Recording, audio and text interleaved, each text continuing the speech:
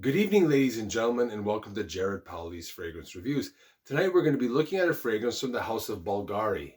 This is Bulgari Pour Homme, which came out in 1996. This is an EDT Eau de Toilette concentration.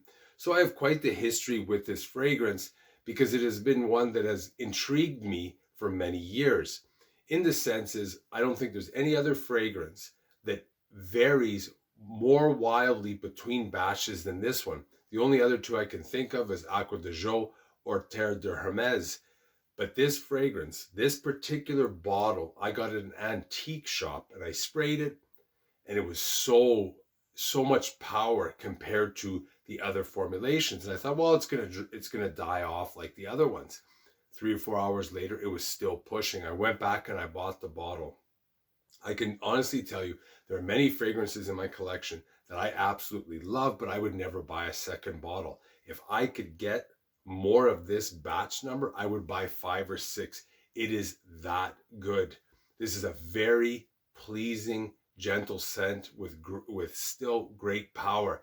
It's not heavy, it's not deep, but it pushes nicely. It's professional. It's one that people will take you seriously. It has a tranquil, calming effect to it. It's amazing. I'm just going to spray it on the back of my wrist.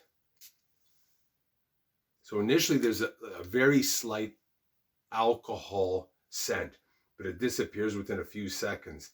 And then it just blends into this incredibly smooth, clean, and fresh citrus scent.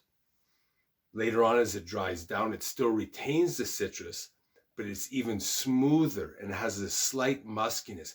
But the blend, there's no notes that are pungent. And I find with fresh fragrances, aquatic or citrus fragrances, there's always one note that throws off the composition.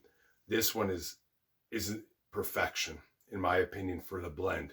Later on, it still retains a citrus, but it starts to become a little bit flowery, and there's a slight woodiness, but there's more orange. It's beautiful.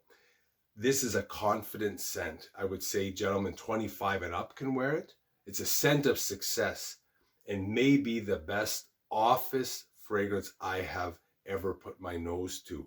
As for the top notes, as advertised, is tea, aldehydes, bergamot, lavender, nutmeg flower, orange blossom, and mandarin orange.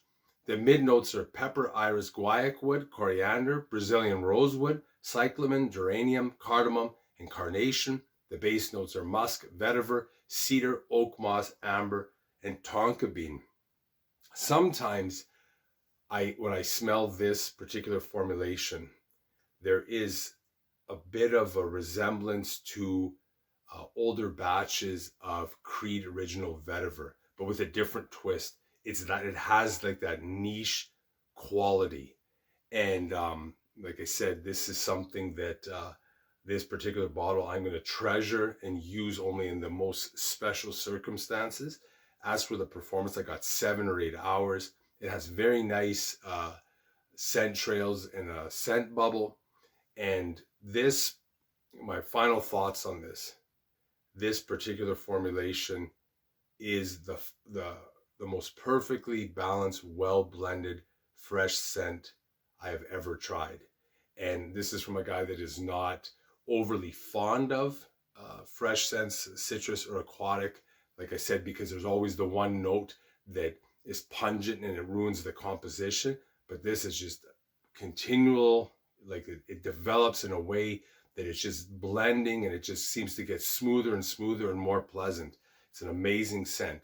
Again, if you're a little bit of a younger guy, this is something you would have to try before you buy, because it's not necessarily going to excite everybody, but in terms of very pleasant professional appeal, you can't beat this. The problem is I have a certain batch and I don't have the box for this fragrance. All I have is the number on the bottom, and to try to actually track down a batch number is almost next to impossible.